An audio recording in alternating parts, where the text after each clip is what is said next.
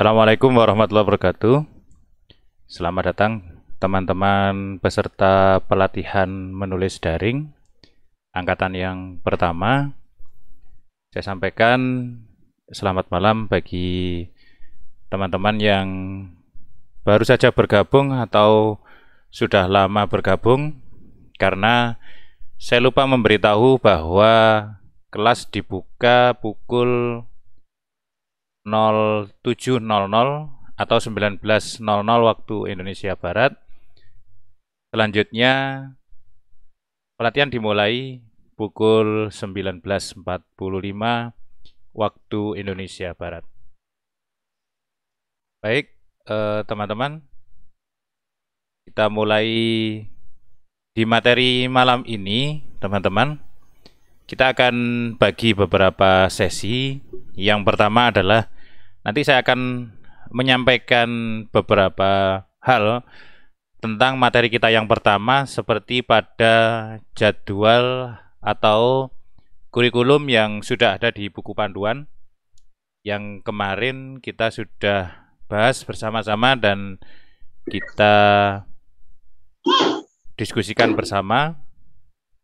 Mohon maaf teman-teman, bisa di mute dulu mic-nya. Nah, di pertemuan yang pertama ini kita akan membahas tentang kupas tuntas buku 4, tentang publikasi ilmiah khususnya, dan lebih khusus lagi kita akan membahas tentang publikasi ilmiah yang berhubungan dengan buku. Nanti saya mohon izin untuk membuka buku 4. Nah, teman-teman yang saya hormati, sesi yang kedua nanti akan ada sedikit jeda, yaitu kita akan mengisi sesi presensi daring. Nanti akan saya beri tautannya, saya tampilkan di layar. Teman-teman bisa mencatat atau langsung melakukan presensi secara daring. Dan saya mohon agar presensi itu tidak di-share atau dikirim ke teman-teman, ya. Pada hakikatnya adalah kalau saya lebih penting kepada materi dan nanti tagihan-tagihannya. Kalau masalah presensi itu untuk ngecek keaktifan teman-teman. Yang ketiga, sesi yang ketiga,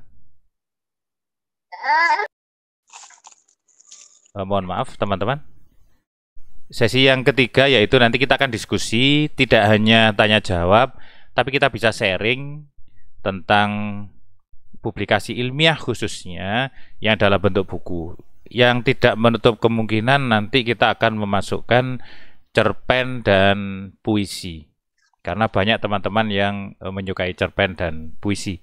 Jadi kita akan membahas hal-hal yang berhubungan dengan publikasi ilmiah yang bentuknya adalah buku. Nah, itu beberapa sesi malam ini. Saya batasi waktunya biar tidak malam, ya. Kita batasi sampai 21.30 waktu Indonesia Barat. Teman-teman yang berada di zona waktu yang berbeda dengan saya, mohon menyesuaikan. Baik teman-teman, kali ini kita akan langsung mulai ke kupas tuntas buku 4. Bagaimana teman-teman mendapatkan buku 4 ini? Teman-teman bisa mengunduh di internet, ya, banyak di situ. Teman-teman juga kalau menginginkan cetaknya, jadi ini adalah bentuk cetak teman-teman. Saya tata ulang dan saya cetak, tapi tidak saya jual. Teman-teman hanya mengganti ongkos cetaknya saja. Ini kurang lebih sekitar 100 lebih sedikit halaman. Ada 2 buku, buku 4 dan buku 5. Kalau teman-teman ingin memesan, nanti kita bisa komunikasi melalui WA, nanti akan saya cetakkan. Jadi teman-teman mengganti ongkos cetak, karena buku ini tidak boleh dijual, karena bukan tulisan saya juga. Nah, di buku 4 ini nanti kalau teman-teman meng-cross check dengan file yang dimiliki oleh teman-teman, maka nanti akan ada beberapa halaman yang tidak sama atau tidak sesuai dengan yang teman-teman miliki. Jadi misalnya saya nanti menyebutkan halaman 35 misalnya, barangkali di file yang teman-teman punya atau teman-teman baca, nanti barangkali beda. Tetapi isinya tetap sama, saya mengambil dari situ. Baik teman-teman, kita mulai materi ini, nanti biar tidak terlalu malam, saya akan highlight beberapa, jadi tidak semua saya sampaikan. Saya ingin langsung ke yang terakhir, langsung ke publikasi ilmiah. Jadi saya tidak membahas tentang pengembangan diri, jadi saya tidak membahas itu, tapi kuncinya ada di sini. Saya ingin menyampaikan sedikit tentang ini. Yang pertama adalah tentang jumlah angka kredit yang dipersyaratkan. Ini tentang kenaikan PNS guru, karena ada di sini ada yang sudah bergabung, beberapa dosen yang kemarin menghubungi saya untuk bergabung. Nanti teman-teman dosen bisa menyesuaikan juga angka kredit yang dipersyaratkan untuk dosen. Di buku 4 itu adalah pedoman kegiatan pengembangan keprofesian berkelanjutan dan angka kreditnya. Tentu ini buat guru. Jadi nilai untuk guru dan dosen memang berbeda. Lebih besar dosen daripada guru untuk nilai angka kreditnya. Baik, di sini kenapa saya ingin membahas? Karena ini adalah kunci dari ketika kita ingin naik pangkat. Kunci ini, kenapa kok disebut kunci? Karena dia bersifat wajib. Jadi berapapun kumulatif nilai, bila tidak ada nilai dari subunsur pengembangan diri dan subunsur publikasi ilmiah dan atau karya inovatif, maka teman-teman tidak bisa naik ke jenjang selanjutnya. Nah, di sini bisa kita lihat sebenarnya kenapa kok angka publikasi ilmiah atau karya inovatif lebih tinggi. Sebenarnya analisisnya mudah, teman-teman. Yaitu kita akan lebih mudah mendapatkan angka kredit dari publikasi ilmiah dan karya inovatif daripada pengembangan diri. Teman-teman tentu mengalami kalau dulu. Kalau sekarang lebih mudah karena banyak webinar, banyak workshop daring, sehingga kita tinggal duduk di rumah saja kita bisa mengikuti kegiatan-kegiatan yang berhubungan dengan pengembangan diri seorang guru atau pendidik. Nah, di sini kita coba lihat mulai dari 3B ke 3C, 3A ke 3B, itu subunsur pengembangan diri sudah ada. Ya, sudah ada 3. Nah, selanjutnya di golongan 3B, teman-teman, di 3B ke 3C, itu ada 3 nilai dari subunsur pengembangan diri dan 4 nilai dari subunsur karya ilmiah atau publikasi ilmiah dan karya inovatif. Selanjutnya untuk C ke D itu 3 dan 6. Begitu seterusnya, teman-teman. Saya tidak ingin membahas terlalu detail ini, tetapi yang perlu teman-teman ketahui adalah angka yang tertera di sana. Misalnya saya mau naik ke 3D, ke 4A, dibutuhkan 4 nilai pengembangan diri dan 8 nilai dari publikasi ilmiah. Begitu seterusnya. Nah, setelah ini ada ketentuan khusus dari penilaian ini. Contoh di sini, bagi guru madya dari 3C yang naik jabatan menjadi guru utama 4D, wajib melaksanakan presentasi ilmiah. Ini syarat khusus. Ada juga syarat khusus yang lain. Kita akan coba lihat di sini. Syarat wajib, teman-teman. Tapi sebelum itu saya ingin ke sini dulu. Bahwa karya itu bisa dalam bentuk karya bersama.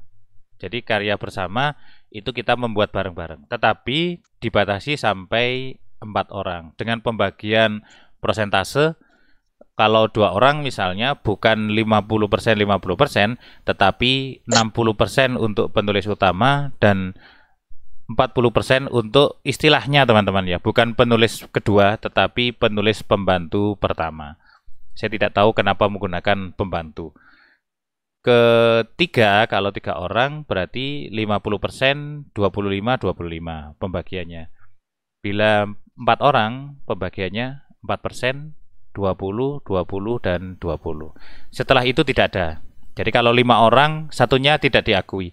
Bagaimana kalau antologi yang nulisnya banyak orangnya, maka ada 2 kemungkinan. Yang pertama tidak dinilai karena penulisnya lebih dari 4.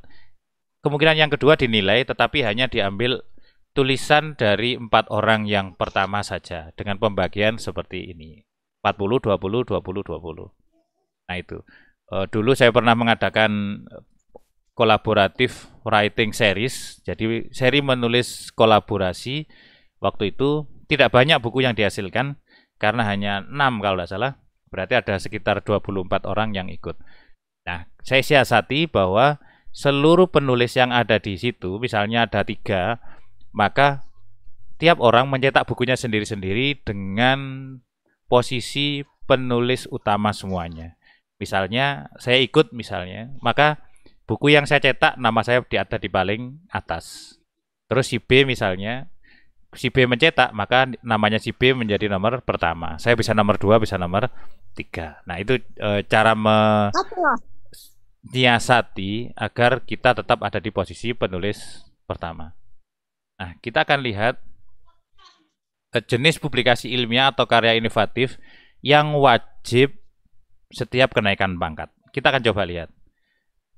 Di golongan 3A ke 3B tidak ada publikasinya. Jadi belum punya kewajiban untuk melakukan publikasi ilmiah maupun membuat karya inovatif. Tetapi di 3B ke 3C sampai pada 3D itu publikasi ilmiah dan karya inovatifnya bebas memilih. Maka kenapa saya mulai dari 3B sampai 3D saya tidak pernah membuat PTK. Tetapi pangkat saya sekarang sudah 3D. Nah, beda dengan yang mau ke 4A, maka ada ketentuan khusus minimal terdapat 1 penelitian tindakan kelas. Apa maknanya? Maknanya adalah dari 8 nilai, salah satu nilainya minimal ada 1 laporan hasil penelitian. Begitu juga 3A ke 3B, minimal ada 1 PTK plus artikel yang dimuat di jurnal ber-ISSN. Kalau buku namanya ISBN, kalau laporan artikel ber-ISSN. Ke 4C butuh 12 ya, butuh 12. Ketentuannya sama dengan ke 4B. Sedangkan yang ke 4D itu ada tambahan lagi yaitu buku pendidikan yang ber-ISBN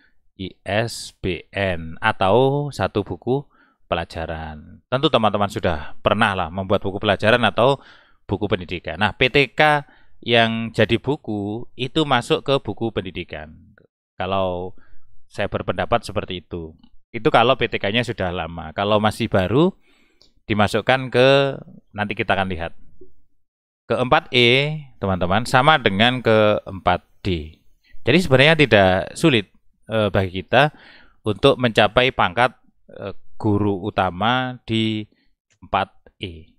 Karena pada hakikatnya adalah guru penulis itu pasti kalau usianya masih nututi tidak sampai pensiun, maka dia bisa sampai ke 4E. Karena di sini ketentuannya sama semuanya, yaitu tentang publikasi ilmiah.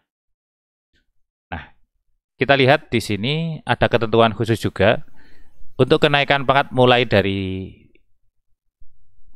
ke 3D itu ada ketentuan khususnya, yaitu kita lihat di sini jumlah publikasi berbentuk diklat, teman-teman, karya terjemah, tulisan populer, paling banyak 3 buku. Buku pedoman guru lebih paling banyak 1 saja atau 1 buah untuk periode angka kredit. Jadi kalau misalnya 4 tahun, berarti 4 tahun maksimal 3, untuk pedoman gurunya hanya 1. Terus untuk penulisan laporan penelitian, kalau kita mudahnya itu PTK, walaupun di buku 4 itu tidak hanya PTK. hanya 2 laporan per tahun. Berarti 1 semester 1. Tidak boleh 1 tahun membuat 3 atau 4. Tidak mungkin. Sedangkan karya inovatifnya maksimal 50% dari angka yang dibutuhkan. Tidak boleh lebih dari itu. Tapi kalau publikasi ilmiah, dinilai semuanya. Kalau prinsip-prinsip subunsur ini tidak perlu saya jelaskan, teman-teman. Ini sudah sangat umum, dimanapun berada seperti itu. Nah, kita lihat penjelasan umumnya dulu. Kita akan bahas ini, publikasi ilmiah. Dia dalam bentuk apa? Yang pertama, hasil penelitian, tinjauan ilmiah, buku, modul, dan sejenisnya. Nanti kita lihat di rinciannya.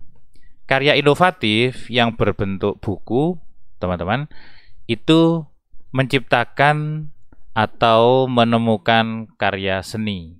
Dalam bentuk apa? Dalam bentuk cerpen dan puisi. Nanti ada. Saya langsung skip dulu ke atas. Ini masih pengembangan diri. Saya langsung menuju ke materi yang nanti akan kita bahas, yaitu publikasi ilmiah, teman-teman. Nanti kita akan lebih mengkhususkan lagi yang dalam bentuk buku. Nah, presentasi begini, kita tidak perlu membahas ini. Saya lanjutkan terus. Kita akan bahas yang berbentuk buku. Nah, kita langsung ke nomor 2. Publikasi ilmiah berupa hasil penelitian atau gagasan ilmiah dalam bidang pendidikan formal. Kita akan lihat yang pertama adalah laporan hasil penelitian. Di buku 4, teman-teman, sistematika itu ada di akhir halaman.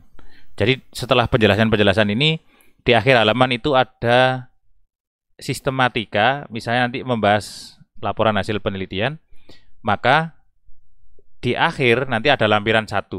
Nanti di sini dijelaskan juga, dia ada di mana untuk sistematikanya. Baik, kita akan bahas di PTK ini. Apakah penelitian hanya PTK saja? Jawabannya adalah tidak. Jawabannya adalah yang pertama, penelitiannya bisa dalam bentuk PTK, penelitian tindakan kelas. Mengapa guru direkomendasikan untuk membuat PTK? Karena ini adalah penelitian yang paling mudah. Creswell menyebutkan bahwa PTK, ya PTK atau practice research itu adalah dia berhubungan dengan ruang yang sangat sempit, yaitu ada dalam kelas. Contoh misalnya, saya ngajar fisika, kelas 10, anggap saja begitu. Kelas 10-1, kelas 10-2, kelas 10-3. Sedangkan kelas 10-4, 5-6 diajar oleh teman yang sama. Teman yang berbeda.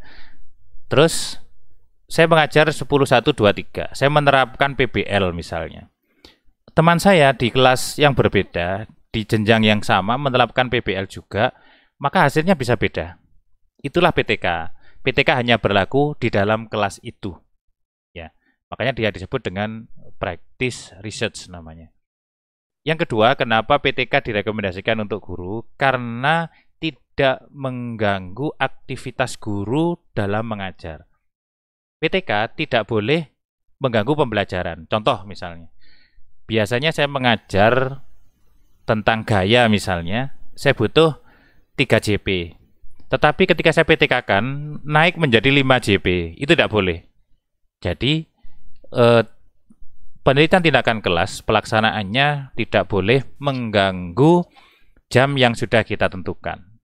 Nah, itulah kenapa PTK itu identik dengan apa yang dilakukan oleh guru.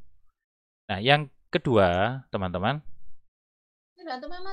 yang kedua adalah penelitian eksperimen. Bagi teman-teman yang pernah kuliah S2, tentu pernah mendengar tentang penelitian eksperimen.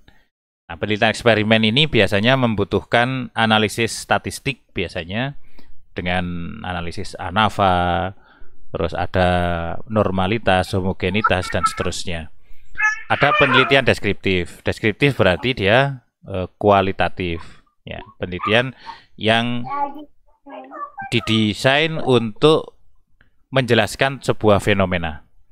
Terus ada penelitian perbandingan, jadi kita membandingkan, ada korelasi, dan sebagainya. Nah, yang paling mudah dilaksanakan adalah penelitian tindakan kelas, karena kita tidak menggunakan statistik yang rumit ya teman-teman, tidak menggunakan statistik yang rumit. Kita cukup menggunakan rata-rata, cukup menggunakan persentase, kita pakai grafik dan sebagainya. Mohon dimatikan mic-nya.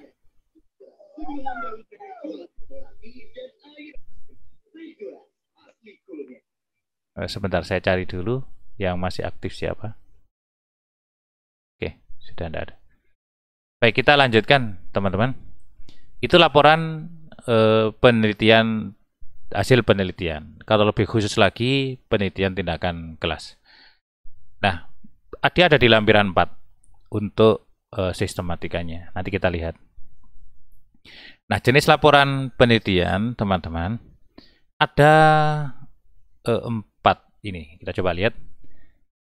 Jenis karya tulis berupa hasil penelitian mencakup hal sebagai berikut. Laporan hasil penelitian diterbitkan dan dipublikasikan dalam bentuk buku, beri ISBN dan telah mendapat pengakuan dari BSNP. Di rubriknya, dan ini diganti atau. Jadi kita bisa memilih salah satu. Nanti kita lihat di tabel. Terus, laporan hasil penelitian disusun menjadi artikel ilmiah dan dimuat di jurnal tingkat nasional yang terakreditasi dan jurnal internasional yang bereputasi. Sudah banyak teman-teman guru yang mempublikasikan di jurnal internasional. Terus laporan hasil penelitian disusun menjadi artikel, ya, dimuat di jurnal ilmiah yang ber-ISSN tingkat provinsi atau jurnal perguruan tinggi yang belum terakreditasi. Akreditasi itu banyak teman-teman. Kalau di Indonesia namanya SINTA. SINTA itu ada 1 sampai 6 ya. Semakin tinggi angkanya. Jadi kalau misalnya 1 sampai 6 begitu, misalnya SINTA 6 misalnya, maka itu yang terendah. Ya, yang terendah. Yang tertinggi adalah SINTA 1. Terus ada jurnal internasional belum bereputasi, jurnal online yang jelas EISSN-nya. Kalau cetak namanya PISSN, kalau EISSN jurnalnya adalah jurnal online. Ini yang belum saya tahu bagaimana bukti fisiknya, karena kita hanya menyertakan tautan webnya saja atau mengcopy DOI-nya. DOI itu namanya Digital Object Identifier. Jadi semacam apa ya, kata-kata khusus begitu ya. Ada kode-kode khusus yang itu nanti tautannya ke artikel yang kita buat. Terus laporan hasil penelitian disusun menjadi artikel dan diterbitkan di majalah atau jurnal ilmiah ber-ISSN tingkat kabupaten atau kota. Yang terakhir adalah laporan penelitian yang diseminarkan dan disimpan di perpustakaan. Ini yang biasanya teman-teman lakukan. Makanya saya punya ide, nanti misalnya bagi teman-teman yang ingin naik pangkat dan membutuhkan seminar PTK, nanti kita kumpul jadi satu, kita buat seminar daring seperti ini. Nanti akan saya rancang bagaimana pelaksanaannya. Saya pernah tanya apakah boleh, karena kondisi pandemi seperti ini kita tidak diizinkan untuk mengumpulkan banyak orang, maka kita bisa daring. Nanti buktinya apa? Rekaman. Jadi semacam recording dari apa yang kita lakukan. Nah, yang dinilai bukti fisiknya, saya tidak membahas ini teman-teman, saya langsung ke tabel saja. Di tabel, saya ke bawah langsung, nah ini.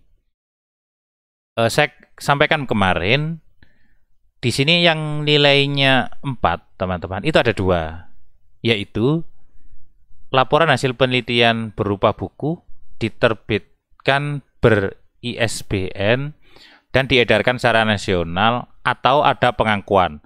Atau, kata-kata atau teman-teman, itu membuktikan bahwa, atau mengindikasikan bahwa kita disuruh milih salah satu. Diedarkan secara nasional atau dapat pengakuan dari BSNP. Itu maksudnya.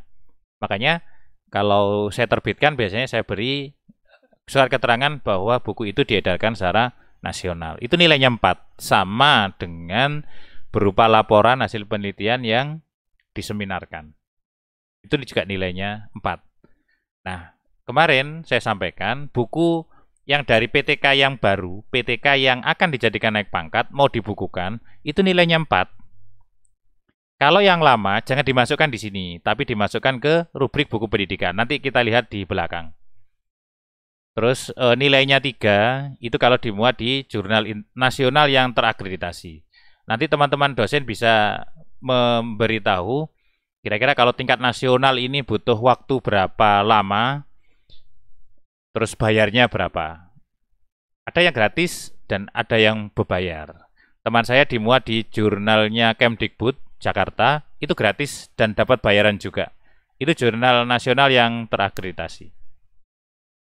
Terus kalau dimuat di jurnal tingkat provinsi atau perguruan tinggi yang belum terakreditasi, nilainya 2, dimuat di jurnal tingkat kabupaten nilainya 1. Ya. Itu untuk laporan penelitian tindakan kelas dengan berbagai bentuk. Mohon maaf teman-teman, di rumah saya sekarang hujan. Kalau ada suara hujan agak deras, mohon maaf. Tapi semoga suara saya masih kedengaran. Nah, makalah yang berbentuk tinjauan ilmiah atau pengalaman terbaik best practice, teman-teman, yang ini yang kemarin ditanyakan, best practice itu dimasukkan kemana? Ke makalah. Ya, kalau di ESKP. Nah, ini best practice itu lebih simple daripada PTK atau laporan penelitian. Berapakah angka kreditnya? Best practice, tiap satu best practice nilainya 2. Ada, saya punya teman yang dia suka membuat best practice. Dia tidak suka membuat PTK. Nilainya 2. Pangkatnya sekarang menjadi 4D. Ya, suka membuat best practice. Tulisan ilmiah populer, kalau ini tidak dalam bentuk buku teman-teman ya. Saya highlight saja jadi agak cepat. Di sini teman-teman, artikel ilmiah populer seperti yang artikel-artikel yang dulu saya pernah buat, 13 artikel itu masuk artikel populer dalam bidang pendidikan formal. Misalnya tentang cara mengatasi kenakalan anak misalnya atau siswa, terus pembelajaran daring misalnya seperti ini, itu bisa dipakai. Terus itu kalau tingkat nasional nilainya 2. Kalau di tingkat provinsi, kota, itu nilainya adalah 1,5. Lumayan gitu ya. Terus artikel gagasan ilmiah, bentuknya best practice juga. Ini bisa dimasukkan ke sini ya. Nah, nilainya adalah 2 untuk best practice. Jadi artikel gagasan ilmiah atau best practice dalam bidang pendidikan formal nilainya 2 kalau dimuat di nasional. Kalau dimuat di provinsi nilainya 1,5. Kalau kabupaten, ya kabupaten nilainya 1. Nah, ini yang ingin saya sampaikan. Buku teks pelajaran ini dalam bentuk buku, teman-teman.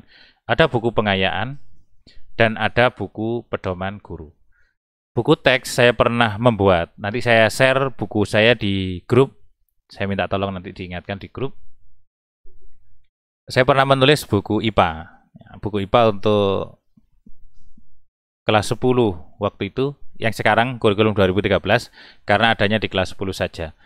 Nah, buku teks punya saya dinilai 3. Ya. Kita lihat buku teks, teman-teman. Buku teks pelajaran atau buku pelajaran. Nah, kita lihat di sini buku teks yang lolos penilaian BSNP nilainya 6. Ya, nilainya 6. Biasanya di nilai BSNP itu ada di belakang, cover belakang, bahwa buku ini telah dinilai oleh BSNP atau telah lolos penilaian BSNP. Kalau dicetak dan diterbitkan oleh penerbit ber-ISBN nilainya 3. Punya saya yang seperti ini. Jadi buku yang saya buat itu dicetak oleh penerbit dan ber-ISBN. Kalau buku teks yang dicetak oleh penerbit tetapi belum ber-ISBN nilainya 1. Jadi eman kalau kita pilih yang terakhir. Tetapi teman-teman, ada ketentuan khusus untuk buku teks ketika di-ISBN kan. Yang pertama, kalau buku teks itu ada di setiap jenjang, misalnya teman-teman matematika di SMP atau SMA atau SMK, itu misalnya ada di setiap jenjang. Contoh matematika kelas 10, kelas 11, kelas 12, maka di setiap jenjang harus ada pengajuan ISBN-nya bareng. saya baru saja menerima ISBN tadi, buku fisika teman saya, itu tiga-tiganya. Jadi kelas 10, 11, dan 12. Karena dikeluarkan ISBN jilid lengkap dan ISBN setiap buku. Jadi dapat 4 ISBN. Itu tentang buku teks. Makanya buku teks ini agak sulit bila buku yang teman-teman tulis itu ada di setiap jenjang. Seperti kejadian waktu saya mengajar IPA dan IPA masih ada di setiap kelas, teman-teman. Itu saya hanya membuat kelas 11 dan kelas 12. Ditolak oleh Perpusnas selaku lembaga yang berhak mengeluarkan ISBN. Kenapa? Karena buku teks syaratnya adalah semua jenjang harus ada. Bagaimana kalau tidak ada? Contoh misalnya, fisika yang sekarang di SMK itu hanya ada di kelas 10. Maka pengajuannya tanpa diberi kelas. Jadi fisika untuk bidang keahlian teknologi misalnya, dan program keahlian teknologi atau multimedia misalnya. Kita beri seperti itu. Karena dia lebih spesifik untuk buku teksnya. Dan tidak ada kelasnya. Nah, itu cara mensiasati. Selanjutnya adalah modul. Modul ini biasanya ada teman-teman yang bertanya, Cak, apakah modul boleh 1 KD saja? Nah, kalau 1 KD itu teman-teman membuat kemarin biasanya 1 materi itu antara 20 sampai 30. Tapi saya menyarankan modul, nanti kita bisa diskusi, modul itu 1 semester kalau bisa. Jadi biar tidak terlalu tipis. Kalau terlalu tipis 1 KD misalnya, takutnya nanti tidak dinilai. Modul beratnya di sini apa? Kita akan lihat ke bawah. Kalau pengertiannya modul nanti teman-teman bisa baca sendiri. Di modul, nah kalau ini terdiri dari ada petunjuk siswa. Saya pernah mengadakan pelatihan ini, modul tingkat dasar dan modul yang terintegrasi dengan YouTube. Ya. Modul yang terintegrasi dengan YouTube, teman-teman. Jadi penjelasannya ada di YouTube, nanti tautannya diberi di modulnya. Daring ini sudah sangat efektif kalau menggunakan modul yang terintegrasi dengan YouTube. Nanti coba dicek di YouTube saya di Kelasku Online. Materinya semuanya saya unggah ke sana. Terus ada isi materi, ada lembar kerja siswa. Ini banyak teman-teman waktu itu yang ikut. Terus untuk ini yang berat teman-teman, ketika teman-teman menggunakan modul, kita akan lihat langsung nilainya. Modul yang digunakan di provinsi, pengesahannya adalah Kepala Dinas Pendidikan Provinsi. Nilainya hanya 1,5. Hanya, saya bilang hanya. Sedangkan modul yang di tingkat kabupaten, pengesahannya adalah Kepala Dinas Pendidikan Kabupaten atau kota. Sedangkan di sekolah, itu oleh Kepala Sekolah. Nilainya 0,5. Sekarang bandingkan dengan buku pelajaran, teman-teman. Buku pelajaran tanpa pengesahan. Tidak perlu kita pengesahan ke Kepala Sekolah atau ke cabang dinas misalnya, atau ke Kepala Dinas Pendidikan Provinsi, cukup dia hanya dicetak oleh penerbit dan ber-ISBN. Nilainya 3, 2 kali lipat dari, kalau kita lihat di sini, 2 kali lipatnya dari yang provinsi. Kalau saya lebih mending kita membuat buku teks, karena birokrasinya terlalu rumit misalnya. Nanti ada yang mereview misalnya, kalau udah lolos nanti jadi lama lagi. Makanya waktu pelatihan saya selalu menyarankan, waktu pelatihan modul maksudnya, saya menyarankan bagaimana kalau modulnya dilanjutkan sampai jadi buku. Dengan menghilangkan beberapa item di modul, nanti bisa jadi buku. Kenapa? Karena modul itu digunakan untuk belajar mandiri, teman-teman. Belajar mandiri oleh siswa. Jadi tanpa buku, tanpa guru, dia bisa membaca dari modul itu. Nah, di sini pada saat pandemi seperti ini itu sangat berguna modul itu. Karena modul kita berikan dalam bentuk digital. Nah, tautannya itu maksudnya adalah penjelasannya itu ada di YouTube. Makanya beberapa waktu yang lalu saya buat pelatihan modul yang terintegrasi dengan YouTube. Oke, kapan-kapan kita belajar lagi. Kita menggunakan banyak media yang bisa kita gunakan untuk membuat materi atau menjelaskan materi pembelajaran. Kalau yang saya gunakan sekarang ini saya pakai OBS Studio. Jadi saya bisa transisi dari sen satu ke sen yang lain. Oke, kita lanjutkan. Jadi itu teman-teman ya. Kalau sudah membuat modul lengkap, jadikan buku saja. Ya, biar nilainya lebih besar. Selanjutnya adalah buku pendidikan. Ini yang tadi saya sampaikan, PTK-PTK yang lama dijadikan buku, masukkan ke buku pendidikan. Kenapa? Karena buku pendidikan ini buku yang sangat umum, teman-teman. Buku yang berisi pengetahuan terkait dengan bidang pendidikan. Misalnya, saya membuat judul aplikasi mind map dalam pembelajaran IPA. Masuk kan? Dalam bidang pendidikan, pengetahuan juga. Jadi kita bisa masukkan sini. Kita lihat berapa nilainya. Ini kalau perbedaannya teman-teman ya. Kalau buku pelajaran pada ilmu tertentu ya, kalau pendidikan dia masih umum, lebih luas lagi. Kalau sasaran pembacanya peserta didik kalau buku pelajaran, kalau buku pendidikan tidak hanya peserta didik tapi untuk guru juga atau untuk pendidik yang lain juga. Bahkan untuk umum juga. Nah, kalau buku pelajaran membantu peserta didik memahami pelajaran tertentu, kalau buku pendidikan tidak, lebih luas. Begitu seterusnya, nanti bisa dilihat teman-teman. Terus yang angka kreditnya, buku pendidikan. Buku dalam bidang pendidikan dicetak oleh penerbit dan beri ISBN nilainya 3. Sama dengan buku pelajaran. Buku dalam bidang pendidikan yang dicetak oleh penerbit dan belum beri ISBN nilainya 1,5. Eman teman-teman. Eman itu sayang. Kalau hanya nilainya 1,5. Kita cari yang maksimal ya. Makanya saya selalu mengatakan bahwa karya dalam bentuk buku, teman-teman, itu besar nilainya. Ya, besar nilainya. Makanya setiap pelatihan saya selalu mengatakan bahwa pelatihan ini selalu saya mengharapkan ada output berupa karya. Buku khususnya. Karena saya punya penerbit. Nah, ini menjadikan teman-teman ketika selesai pelatihan itu punya kenang-kenangan. Saya ikut pelatihan ini, saya punya kenang-kenangan ini. Kenang-kenangannya dalam bentuk buku. Nanti teman-teman bisa mengembangkan sendiri, misalnya modul misalnya. Saya hanya membuat satu materi, saya lanjutkan lagi, nanti dicetak begitu. Nah itu bisa.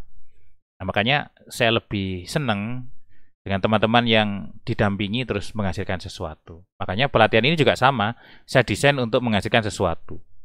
Yaitu dalam bentuk buku. Karena buku nilainya besar, teman-teman. Kalau tadi publikasi ilmiah ke-4A itu 8, teman-teman. Saya sudah punya buku 3 buku solo, terus ada 3 lagi buku kolaboratif, ada kurang lebih 10 buku antologi, itu sudah berlebih. Nilainya sudah sangat banyak. Karya terjemahan, tidak perlu saya bahas, teman-teman ya. Karena ini jarang dilakukan oleh guru. Biasanya dilakukan oleh guru bahasa Inggris biasanya. Kita lihat nilainya hanya 1. Buku hasil karya terjemahan nilainya akreditnya 1.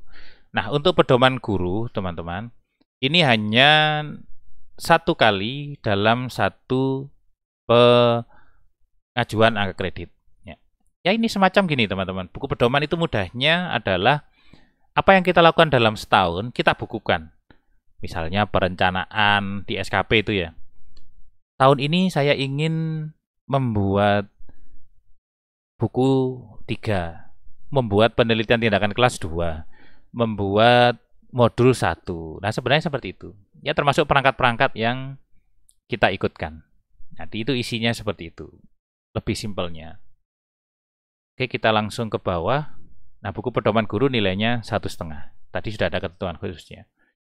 Karya inovatif, teman-teman. Saya langsung ke bawah. Yaitu bentuk puisi dan cerpen. Saya langsung ke bawah. Teknologi tepat guna tidak saya bahas. Angka kredit kompleks, terus ke bawah lagi. Menemukan karya seni. Kita akan lihat di sini. Seni sastra meliputi cerpen, puisi, naskah drama, dan teater. Saya akan lebih khusus lagi ke ini, cerpen dan puisi, karena ini banyak teman-teman yang punya kemampuan sastra walaupun teman-teman tidak mengajar bahasa Indonesia. Banyak teman-teman saya yang BK, matematika, guru-guru yang bukan bahasa Indonesia menulis puisi dengan mudahnya, bahkan bagus, menulis cerpen juga bagus. Itu artinya apa? Bahwa membuat cerpen bisa dilakukan oleh pendidik dari semua mapel. Makanya saya lebih concern kepada cerpen dan puisi. Oke, kita lihat bagaimana puisinya. Kita akan lihat ke bawah dulu. Nah, ini.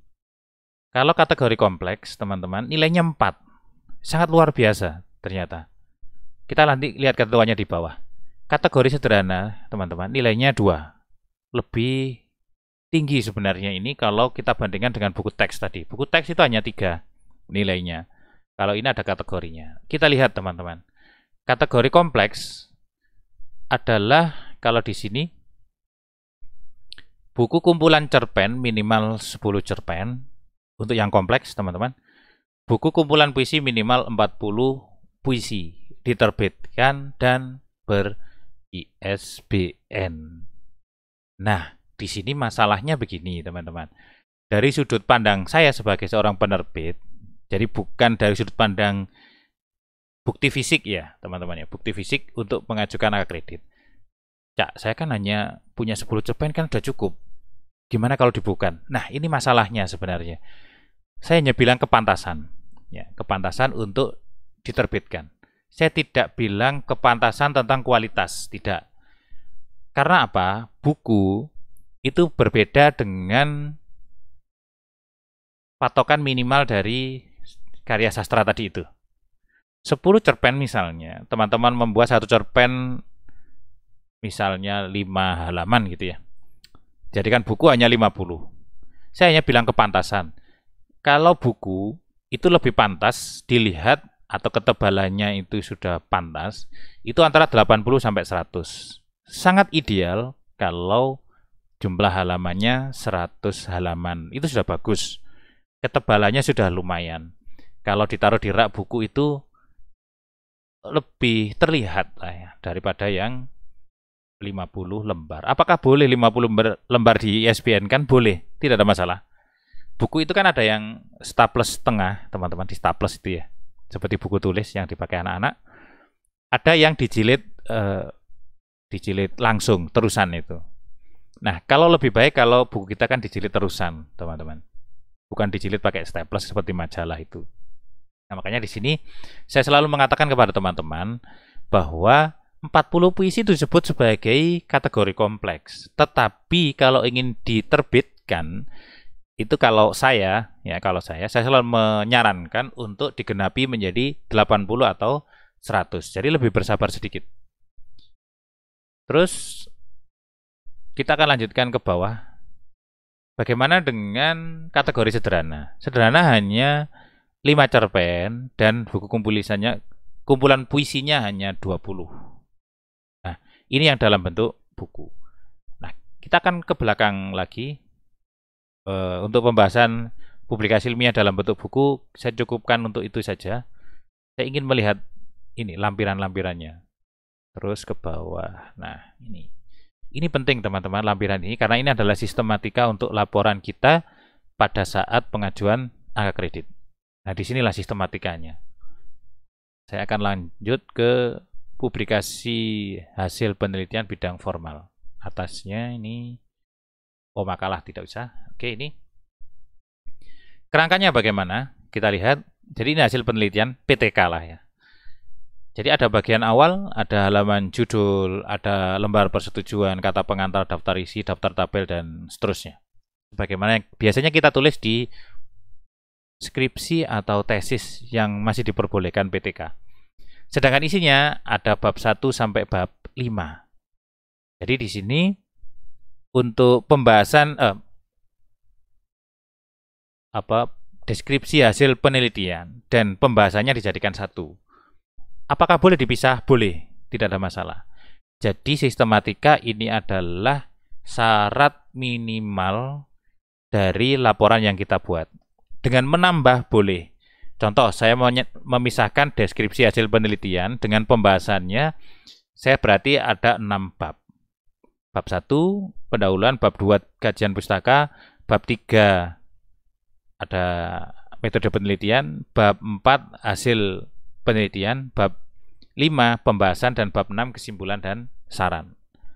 Nah, yang paling penting teman-teman, jangan lupa lampirannya. Ada daftar pustaka lampiran ini. Ya, ini ikuti teman-teman. Itu tentang penelitian tindakan kelas. Bagaimana tentang makalah? Di sini ada juga makalahnya. Kalau makalah ada pendahuluan, kajian pustaka, dan pembahasan. Tentu ada penutup juga, kesimpulan. Best practice teman-teman. Nah, di sini hanya menyampaikan ide saja. Di sini tidak ada bab 3-nya di best practice. Di sini langsung kajian pustaka terus pembahasan. Karena lebih simpel dia. Buku teks teman-teman atau buku pelajaran, kita lihat. Nah, ini kalau teman-teman membuat buku pelajaran, isinya seperti ini. Isi apa? Bagian isi itu harus isi per bab, teman-teman. Jadi per babnya minimal ada judul bab, penjelasan tujuan bab, uraian isi materi, penjelasan teori, dan sajian dari contohnya atau contoh soal. Terus ada daftar pustaka, taruh di akhir. Ada data diri penulis. Belum share screen. Belum share screen ya, Pak? Maaf. Sudah? Tidak tampak. Oh, kok nggak tampak? Sudah, saya spotlight. Sudah. Saya tampil. Ini sama dengan share screen sebenarnya. Terus kerangka isi modul, teman-teman. Ini ada petunjuk siswa, ada isi materi, terus ada lembar kerja siswa, ada evaluasi, ada kunci jawaban dan Tidak evaluasi tampak, dan Pak. ya. Dan ada pegangan untuk guru kalau ada. Tidak ada tampilan. Teman-teman, tidak ada tampilan di layarnya? Tidak ada, Pak. Tidak Iya, nampak adanya tampilan. Gambar Pak Saya Lukman. ada. Tidak ada Alhamdulillah di tampilan, Pak. saya ada. Oh, di teman-teman yang lain ada ya? Oh, Ada, Ada. ada. Di saya Sebentar, ada. sebentar. Enggak ada. Jelas semua. Ada yang tamak, ada yang enggak. Tidak ada di saya. Ini sudah saya spotlight. Sebentar. Mak foto cuma Kak Lukman aja. Tampilan slide-nya tidak ada. Oh, sebentar. Saya pindah dulu. Oke, sudah ada teman-teman? Iya, ya, iya. siap. Oh, iya. Terima Nah, kasih. saya mohon maaf. Nah, Oke, tentang kerangka isi diklat. Ya, isi diktat maksudnya. Ini sama sebenarnya. Jarang teman-teman yang menggunakan atau membuat diktat ini.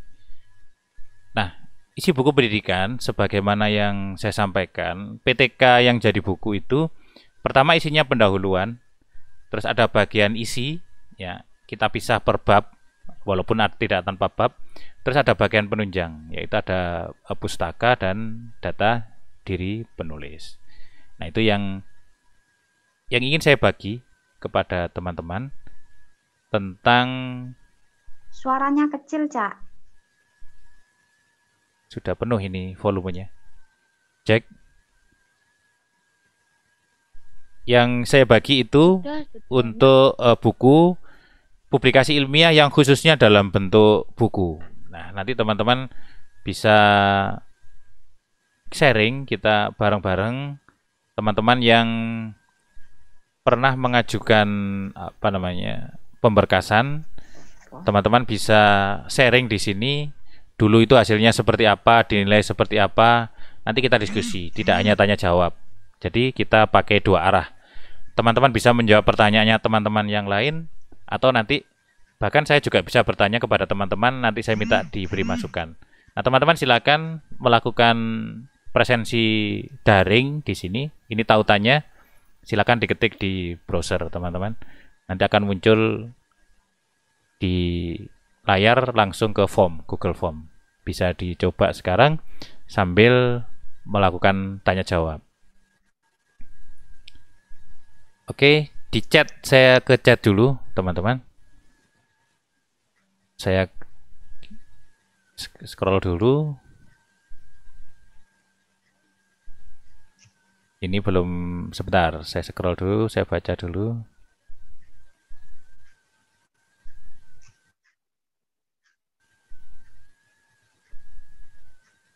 Oke, mohon penjelasan pandemik seperti ini apakah diperbolehkan membuat PTK? Boleh. Dari Bu Siti Aminah, membuat PTK yang berhubungan dengan pembelajaran daring. Saya contohkan di pembukaan kemarin, misalnya penggunaan modul terintegrasi dengan YouTube untuk pembelajaran materi ini begitu. Nanti didukung dengan Google Classroom kah, atau Edmodo, atau Kuiper, atau pakai LMS yang lain. Apakah di masa pandemi ini, di mana anak belajar secara daring, apakah boleh melakukan PTK? Boleh. Terus mengubah modul menjadi buku, apa yang harus dihilangkan dan ditambahkan? Ini teman-teman, bagian modul yang mana yang dihilangkan? Yang pertama adalah petunjuk siswa, dihapus, karena buku pelajaran itu buku yang digunakan di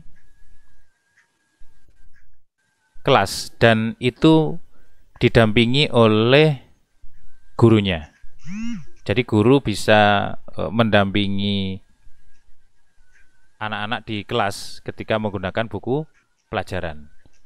Nah, yang selanjutnya, teman-teman, yang perlu dihilangkan lagi adalah petunjuk di setiap bab. Jadi hilangkan saja. Yang kedua adalah LKS-nya. LKS-nya juga dihilangkan saja. Untuk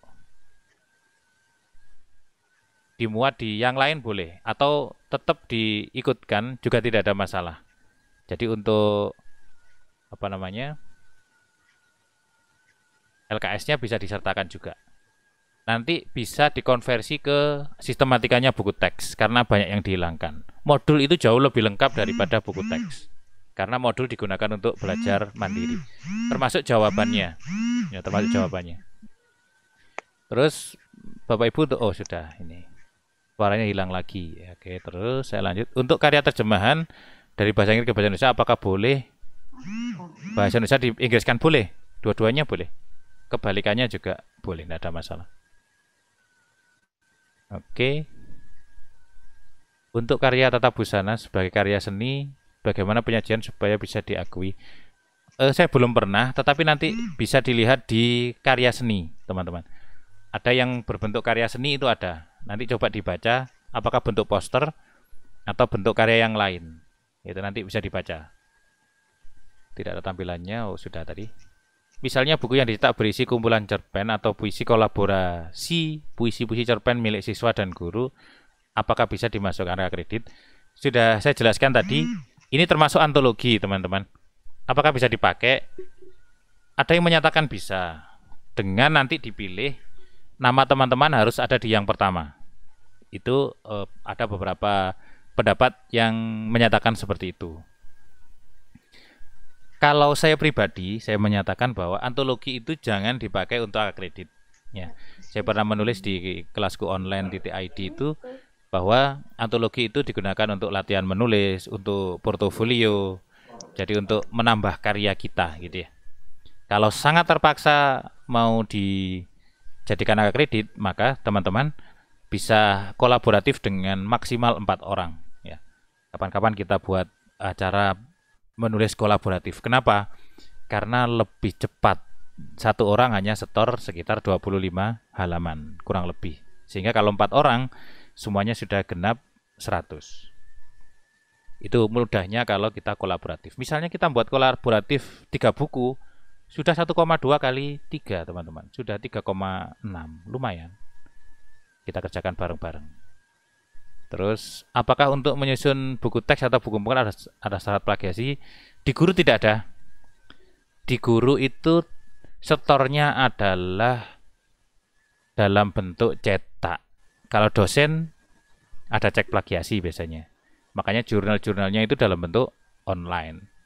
Kita masih belum menggunakan plagiarism, cek plagiarism untuk mengecek karya-karya kita. PTK misalnya, karena kita masih manual dalam bentuk cetak. Kecuali nanti kalau kita sudah dalam bentuk soft copy. Itu bisa langsung dicek plagiarism.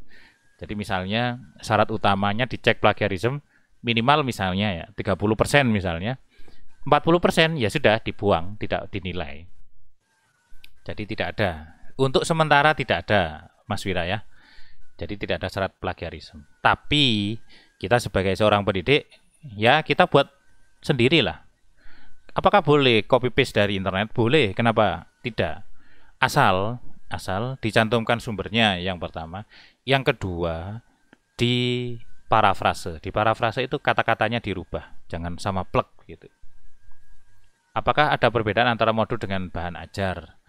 Sebenarnya sama. Jadi modul dengan bahan ajar itu sama. Dia hanya beda istilah. Coba nanti teman-teman coba cari karakteristik dari modul dan bahan ajar. Kalau saya lebih condong menggunakan istilah dengan buku teks ya, buku teks. Karena buku teks itu atau buku pelajaran itu yang ada di buku 4. Terus ini sudah. Oke, terima kasih teman-teman. Yang mau tanya secara live silakan sambil mengisi presensi online. Saya bukan guru seni sebentar. Ke atas. Tetapi saya suka membuat karya seni. Apakah saya bisa mengajukan karya seni untuk PAK? Bisa. Karya seni itu tidak didominasi oleh mata pelajaran tertentu. Misalnya guru BK mempunyai kumpulan puisi, boleh. Saya guru fisika boleh membuat puisi, boleh. Tidak ada masalah. Kelengkapan yang saya butuhkan buka di buku 4, Pak. Ada. Pak Andi. Cak, saya seorang PNS baru golongan 3A. Mohon penjelasan lebih lagi tentang pengembangan diri dan waktu pengumpulan untuk maklum. Oke.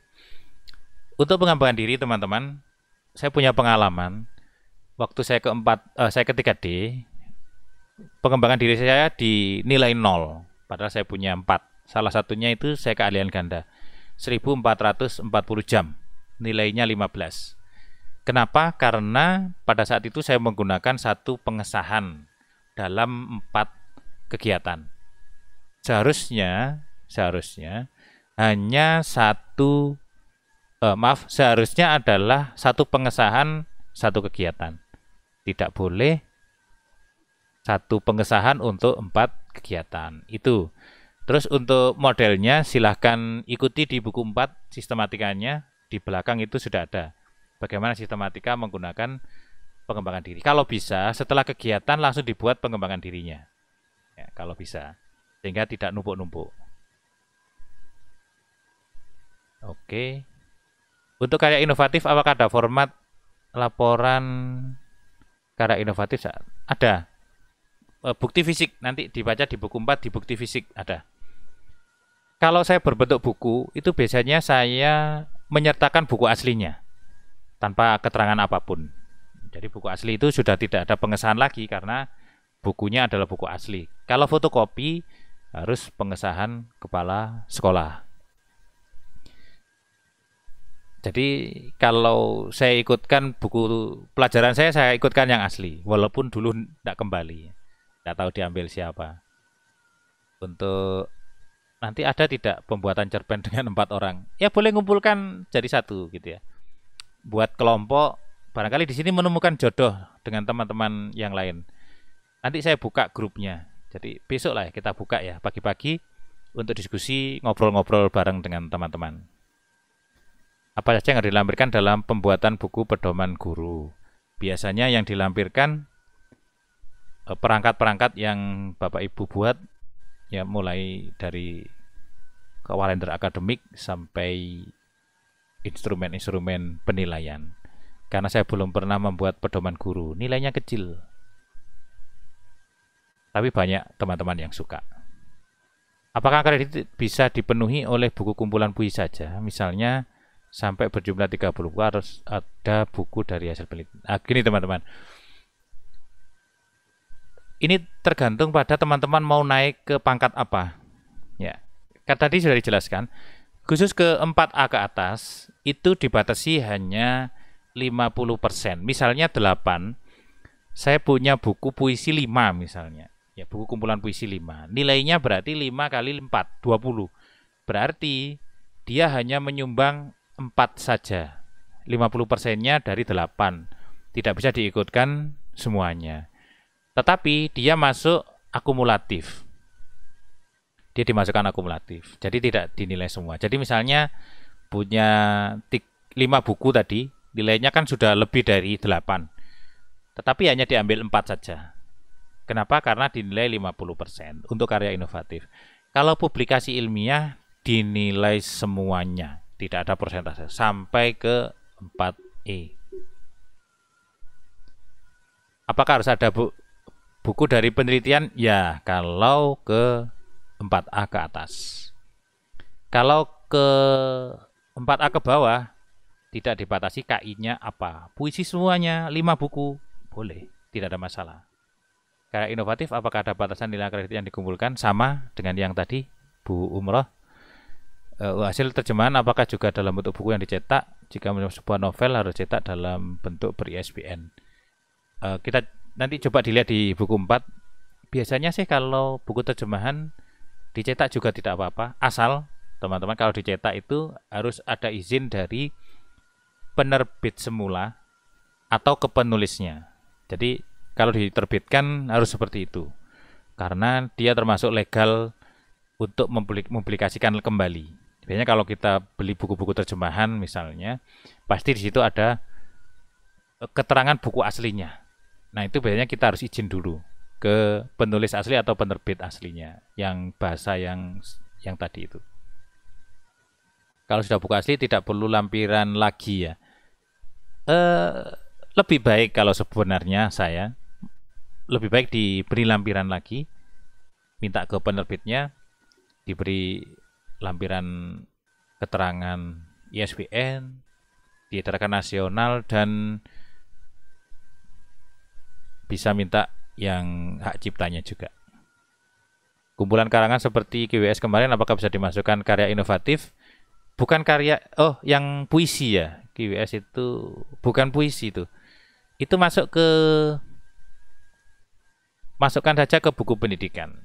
Bukan karya inovatif, tetapi masuk publikasi ilmiah. Ya syaratnya tadi. Karena KWS itu nulis bareng-bareng, maka penulis yang ingin mengajukan harus antara penulis 1 sampai penulis 4. Apakah setiap pak ada batasan jumlah pembuatan artikel populer di media massa? Tidak ada. Karena pembuatan artikel populer di media massa termasuk publikasi ilmiah. Sebanyak-banyaknya, semampunya. Link absensi tolong di-share, sudah tadi. Ya. Bentar. Oh, ini sudah ini. Masih kelihatan ya Bapak Ibu ya untuk link. Saya tidak tutup. Ada 4A ke 4B harus membuat penelitian apakah pengganti dari PTK? Ya penelitian itu penelitian tindakan kelas maksudnya. Ya. Jadi wajib ada PTK-nya dan jurnalnya.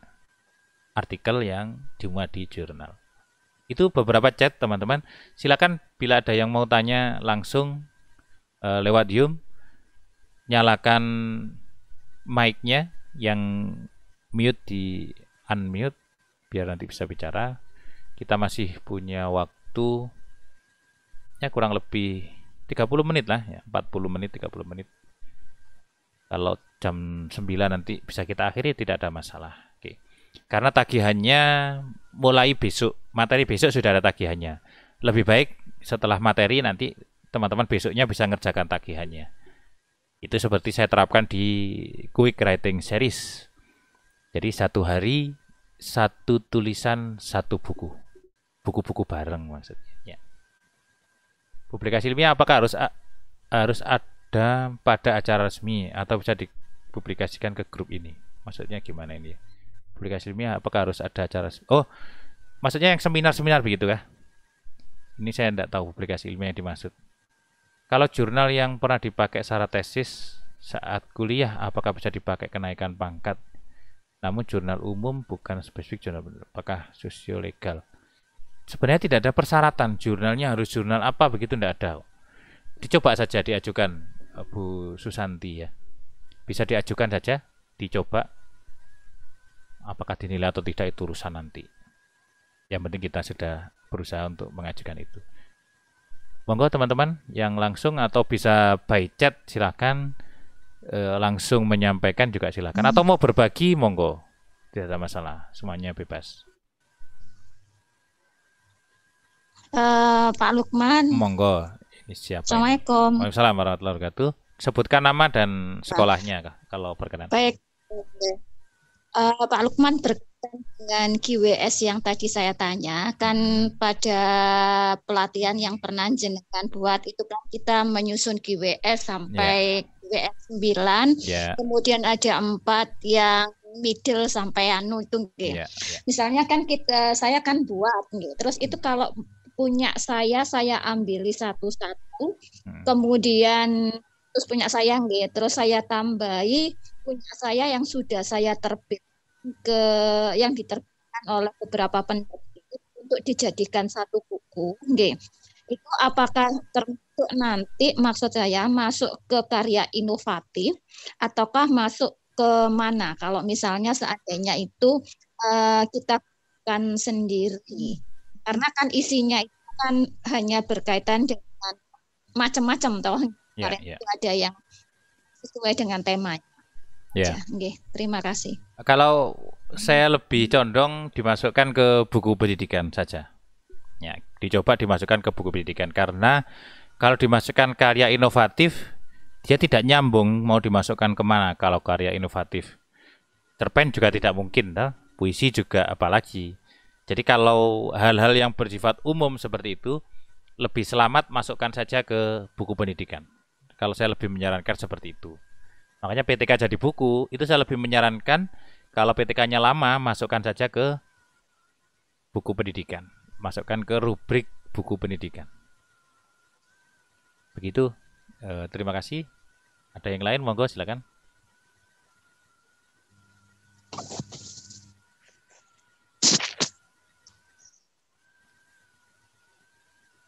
Saya lihat by chat dulu.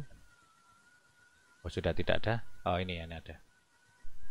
Untuk pengembangan diri, untuk PAK tahunan maksimal 2. Untuk PI maksimal 8 dalam 1 tahun. Apakah betul seperti itu? Kalau pengembangan diri itu tidak ada batasnya. Kalau pengembangan diri mau ikut semuanya juga tidak apa-apa. Kalau saya dulu ada yang pernah bilang begini, tidak boleh melebihi misalnya ya dalam 1 bulan ikut 4 misalnya ini ya. Itu kadang-kadang tidak dipandang tidak masuk akal gitu ya. Ada yang menyatakan seperti itu, tapi kalau ketentuannya di buku 4 tidak ada. Saya selalu menggunakan patokan buku 4 karena itu patokan kita di dalam menyusun kredit kita. Jadi tidak ada itu. Tidak di luar publikasi ilmiah kalau menjadi narasumber pelatihan itu masuknya apa dan nilainya berapa. Ada di narasumber itu nilainya 0, berapa begitu ada. Sebentar. Saya coba lihat ada di pengembangan diri publikasi ilmiah yang menjadi narasumber kalau tidak salah. Kita lihat paling atas. Yang pertama yang saya lewati tadi. Sebentar. Ini pelatihan. Sebentar. Lokakarya. Nah, ini ada. Kegiatan ilmiah, seminar, kologium, dan seterusnya. Menjadi pembahas atau pemakalah nilainya 0,2. Lumayan. Ada lagi sebentar. Kalau ini kegiatan kolektif. Pengembangan diri ada di bawahnya berarti. Itu pernah saya bahas di tafsir buku 4. Saya pernah menggunakan. Nah, ini. Presentasi pada forum ilmiah ada. Nah, ini. Menjadi pemerasaran atau narasumber pada seminar nilainya 0,2. Terus menjadi pemerasaran pada kologium atau diskusi ilmiah nilainya juga 0,2. Nanti bisa dilihat di atasnya ini untuk makalah-makalahnya. Biasanya kalau kampus-kampus itu mengadakan seminar yang kita jadi pemakalah itu, ya. Itu Bu Susanti, ya. Ada lagi, monggo silakan teman-teman. Malam ini berita belum ada tagihannya. Assalamualaikum. Waalaikumsalam warahmatullahi. Bisa disebutkan nama dan asal Dari sekolahnya? Gorontalo, Sutarjo Peputungan. Oh ya, silakan Pak Tarjo.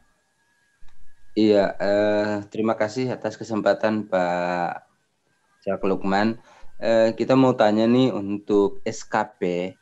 Untuk SKP itu apakah semua kegiatan atau semua bentuk sertifikat yang kita dapatkan, apakah memang kita harus muat di SKP atau hanya kegiatan-kegiatan inti saja, misalnya kegiatan kepramukaan atau kegiatan ada SK-SK di sekolah, kemudian MGMP dan lain sebagainya, apa hanya itu yang dimuat atau yang punya angka kredit itu kita harus muatkan semua di SKP.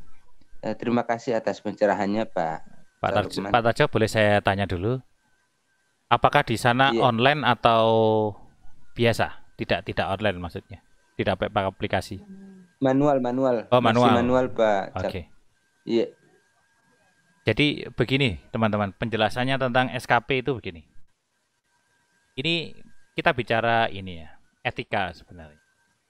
Jadi saya pernah kebetulan di kami di Jawa Timur untuk SMA dan SMK itu pakai online. Jadi sudah ada nilai-nilainya. Masalahnya itu begini. Nilai SKP kita yang pertama itu harus naik dulu, naik terus gitu ya. Misalnya SKP itu mulai tahun 2000 berapa dulu ya? Anggap aja 2018 gitu ya. Nilai 2018 ke nilai 2019 harus naik. Berapapun naiknya harus naik pokoknya. Entah 0,5, entah 1 digit. Pokoknya naik. Begitu seterusnya naik. Yang kedua, nilai SKP kita, saya bilang etika ya, tidak boleh melebihi atasan langsung. Yang kita sebut dengan kepala sekolah, atasan langsung. Atau bahkan atasan banding kita. Yaitu kalau di SMA SMK namanya cabang dinas. Nah, itu ada etikanya seperti itu. Kalau tidak ada seperti itu, maka kita bebas sebenarnya memasukkan seluruhnya. Kalau di saya, di online, itu begini cara mensiasatinya. Karena ada ketentuannya di program itu atau di aplikasi itu, nilainya maksimal 75.000 menit. Ada seperti itu. Kalau di bawah 25.000 menit, maka dia menjadi TMS, tidak memenuhi syarat. Kalau sudah di atas 75.000, dia dianggap 100%, maka dia akan berubah menjadi MS, memenuhi syarat. Nah, dari situ maka ini tergantung pada kebijakan daerah masing-masing. Apakah perlu memasukkan semuanya? Kalau saya pribadi, saya jawab tidak. Kenapa? Karena SKP itu belum menjadi pak tahunan bagi kita. Kalau nanti sudah menjadi pak tahunan, maka konsekuensinya kita tidak perlu pemberkasan lagi, hanya diambilkan dari nilai SKP. Nilai SKP itu sebenarnya sudah ada angka kreditnya. Kan ada kalau kita masukkan pembelajaran selama 1 tahun, misalnya punya saya itu 19,5 kalau pembelajarannya bernilai baik. Pembelajarannya dilihat dari mana? Dari laporan PKG-nya. Karena dia satu paket pembelajaran. Nah, caranya seperti itu. Apakah seluruh dimasukkan? Tidak. Kalau saya tidak, misalnya pengawas ujian tidak saya masukkan karena terlalu kecil. Terus apalagi begitu yang dia tidak, maaf ya, tidak terlalu penting saya masukkan, tidak saya masukkan. Saya hanya memasukkan tugas utama saya sebagai seorang guru, merencanakan dan seterusnya. Tugas tambahan saya masukkan. Yang kedua, 1 tahun minimal 1 PD atau pengembangan diri. Yang keempat adalah 1 publikasi ilmiah atau karya inovatif. Penunjangnya bebas. Anggota PKRI, anggota IGI, anggota yang lain dimasukkan saja tidak apa-apa. Untuk penunjangnya bebas. Itu kalau pakai aplikasi, ya pakai aplikasi. Nah, yang manual ikuti saja aturan-aturan yang ada di sana. Biasanya ada ketentuan-ketentuan umum dan ketentuan-ketentuan khusus yang dipersyaratkan untuk mengisi SKP. Jadi diikuti saja, tidak ada masalah. Kalau saya dimintai pendapat, karena saya pakai aplikasi, maka saya tidak perlu memasukkan semuanya ke SKP saya. Yang penting sudah 100%, uang itu hanya sebagai syarat saja kita dapat DP3 kan ya. DP3, jadi itu syarat kenaikan pangkat. Dan kita masih tetap pakai pemberkasan pada saat pengajuan angka kredit. Artinya pemberkasan ulang kan kita. Walaupun sebenarnya SKP itu adalah pak tahunan sebenarnya. Oke, begitu Pak Tarjo. Terima kasih. Siap. Terima kasih, Pak. Ya. Ada lagi teman-teman yang ingin Mau tanya. berbagi? Silakan aktifkan mic-nya. Lukman mau tanya, Cak. Ije, monggo. Dengan siapa dan dari mana? Saya, Cak.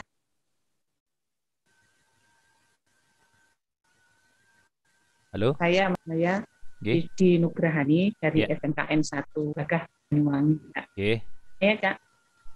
Nggih, monggo. silakan. dari SMKN 1 Gagah Banyuwangi, Nggih. Didi Nugrahani. Nggih, terima kasih, Cak Lukman. Yang tanyakan, misalkan kita itu punya artikel yang sudah terbit di radar atau di sebuah surat kabar, tiap kita mau kenaikan pangkat sudah dinilaikan. Kemudian karena banyak, misalnya kita berinisiatif untuk membuka dari beberapa artikel yang sudah kita buat beberapa tahun yang lalu misalnya. Nah, buku tersebut apakah bisa dan boleh dinaikkan kembali setelah di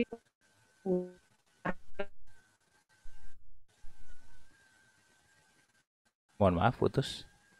Bisa diketik saja di chat, Bu. Diketik di chat saja. Ini putus ini, saya tidak dengar sama sekali.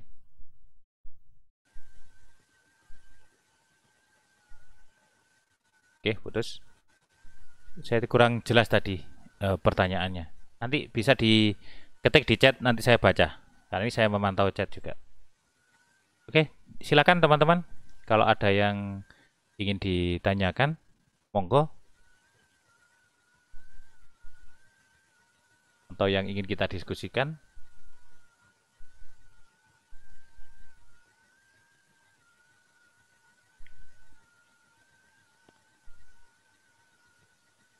Apakah diperbolehkan kenaikan pangkat jika belum sampai 4 tahun? Bu Siti Fatimah, begini, di kebijakan setiap kabupaten atau setiap provinsi itu berbeda. Ada yang menyatakan atau membuat kebijakan tidak boleh naik pangkat sebelum tidak boleh naik pangkat kalau belum genap 4 tahun. Ada yang mengatakan seperti itu. Ada yang tidak. Kalau saya dulu, saya tidak menunggu 4 tahun. Saya masuk CPNS itu 2009, saya 2010 akhir atau 2011 awal itu saya menjadi PNS dengan pangkat golongan 3A. Saya tahun 2019 itu sudah berpangkat golongan 3D atau penata tingkat 1. Dari situ, maka kalau kita hitung rata-rata, saya naik pangkat kurang lebih 2,5 tahun setiap kenaikan pangkat. Nah, maka Bu Siti Fatimah bisa dilihat kebijakan masing-masing daerah. Saya juga tidak mengatakan bahwa yang 4 tahun, yang harus 4 tahun salah, yang kurang dari 4 tahun benar. Tidak. Karena tergantung pada kebijakan masing-masing. Kenapa? Karena orang yang naik pangkat, konsekuensinya pemerintah harus menambah gaji kita. Karena kalau sudah naik pangkat kan gaji pokok kita naik. Samping karena gaji berkala, ya. Jadi seperti itu. Ada yang bisa menghentikan kebijakan seperti itu, ada. Ada yang menyatakan ya bebas, pokoknya ajukan saja. Kalau nilainya memenuhi, kenapa tidak? Gitu ya. Ini saya mau mencoba 2,5 tahun lagi atau 3 tahun. 2021 saya mau mengajukan ke 4A. Saya mencoba. SK TMT saya 3D itu 1 April kalau tidak salah.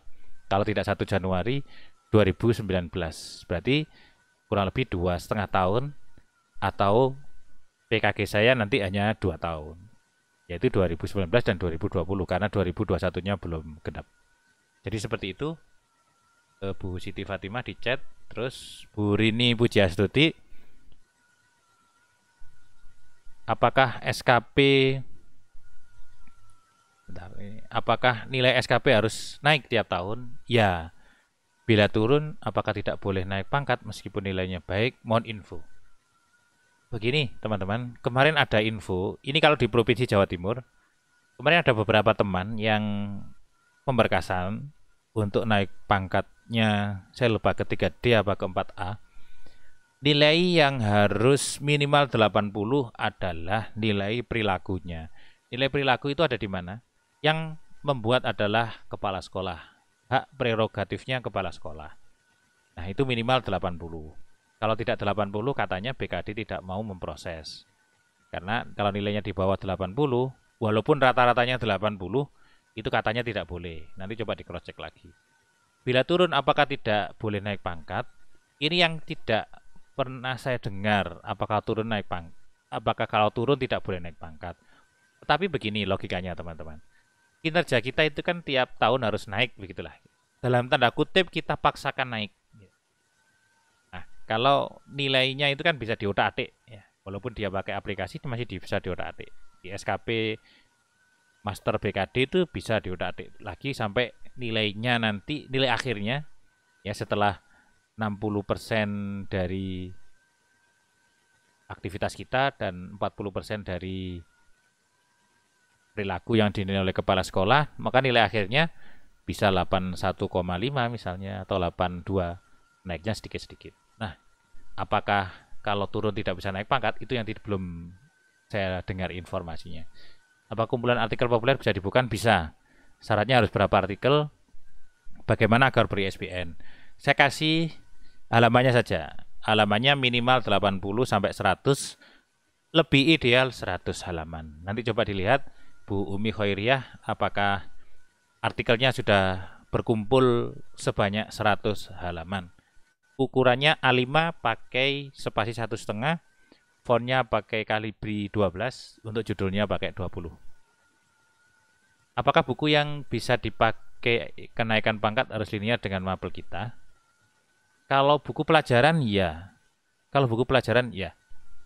Kan sesuai dengan mata pelajaran kita. Karena beberapa buku saya tidak linear dengan mapel. Bu Siti Fatimah contohnya apa? Bisa diberi contoh di chat, boleh ditulis. Buku maksudnya di buku ini apa gitu. Apakah termasuk karya inovatif atau termasuk publikasi ilmiah? Oke, teman-teman, itu beberapa pertanyaan yang masuk. Monggo silakan kalau ada yang mau langsung. Sekarang sudah menunjukkan pukul 21:09 kalau di jam saya. Dari Pak Sahat, mohon solusi petunjuk bagi saya bagaimana bila kebiasaan guru senior di sekolah selama ini naik pangkat dengan sementara saya bertekad mohon pencerahan. Kalau saya sama dengan Pak Sahat, saya tetap menggunakan patokan buku 4. Bagi saya kenaikan pangkat itu hal yang biasa saja. Kita mampu, kita naik. Kita tidak mampu, kita mempersiapkan diri. Kita sesuai dengan kemampuan. Makanya membuat buku itu teman-teman, cobalah teman-teman merefleksi diri. Kemampuan saya membuat buku apa? Saya ingin membuat buku puisi dan saya pintar membuat puisi. Ya, membuat puisi. Tapi kalau ada kewajiban membuat PTK ya tetap wajib. Kalau misalnya ada syarat membuat PTK. Terus saya bisa membuat buku pelajaran. Ya, membuat buku pelajaran. Jadi sesuai dengan kemampuan. Nah, bagaimana dengan kenaikan pangkat yang bayar? Ya itu kan tergantung pada diri sendiri dari teman-teman gitu ya. Kalau saya sampai saat ini saya masih bekerja dengan diri saya. Ya, saya mengatakan bahwa itu mampu. Apelan itu biasa. Apelan itu bahasanya adalah remedi. Ya, ada bahkan teman-teman saya yang 3 kali, 4 kali, saya 1 kali sudah lulus. Dan itu biasa saja. Naiknya juga tidak banyak aja lah gaji itu. Tentang best practice mulai dari golongan berapa bisa digunakan. Semuanya bisa, karena dia termasuk publikasi ilmiah. Berkaitan dengan artikel populer, tadi yang dibuka itu file PDF atau cetakan di koran yang ditempel seperti clipping. Oh gitu. Kalau mau dikumpulkan terus dimuat jadikan buku, bisa diketik ulang. Jadikan satu. Seperti saya punya 13 artikel dimuat di majalah media misalnya. Saya kumpulkan jadi satu, saya bukukan kembali. Kalau menurut saya boleh-boleh saja. Presensinya di mana? Ada di layar. Contoh judul buku saya rahasia artikel tembus koran dan majalah. Bisa masukkan buku pendidikan. Apakah PTK di masa pandemi bisa diakui, Cak? Bisa. Asalkan PTK-nya ada hubungannya dengan pembelajaran daring. Masa kita mau membuat PBL misalnya, kan tidak ketemu dengan anaknya. Jadi begitu. Jadi misalnya pembelajaran daring menggunakan Google Classroom misalnya bisa dipakai untuk PTK. Karena kondisinya memang seperti ini. Makanya saya juga menggagas untuk seminar PTK daring seperti ini. Ya. Kalau saya membatasi satu kelas itu minimal 30, maksimal 50. Nanti saya coba desain lagi. Nanti kita bareng-bareng gitu. Begitu teman-teman. Kalau ada yang mau live tanya silakan.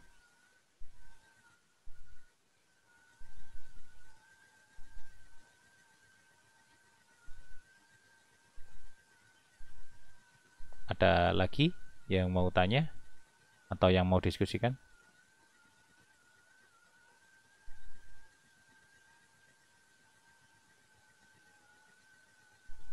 Baik teman-teman, kalau sudah tidak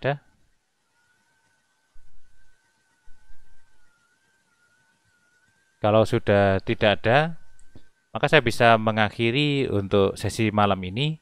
Belum ada tagihan malam ini, mulai besok kita akan ada tagihan untuk seri menulis cepat. Apakah ditentukan temanya? Ya, saya akan menentukan temanya. Agar bisa dipakai untuk angka kredit, asal teman-teman syaratnya adalah kalau posisi buku, artikel teman-teman atau tulisan teman-teman tidak ada yang di pertama, maka teman-teman harus mencetak sendiri, nanti dipindah ke yang pertama. Dan itu tidak ada masalah. Wah, itu tulisannya teman-teman sendiri. Baik teman-teman, itu saja yang bisa sampaikan malam ini. Nanti malam grupnya saya buka sampai jam 10. Kita bisa diskusi lagi di sana. Dan mohon tidak menggunakan stiker di grup, ya, biar kita nyaman saja. Kita pakai teks dan kita diskusi sesuai dengan apa yang nanti di materi-materi ini. Dan tidak mohon tidak untuk nge-share yang macam-macam. Itu saja yang bisa sampaikan. Terima kasih. Mohon maaf bila ada kekurangan dan mohon maaf bila ada perkataan saya yang kurang benarkan di hati teman-teman. Terima kasih. Assalamualaikum warahmatullahi wabarakatuh.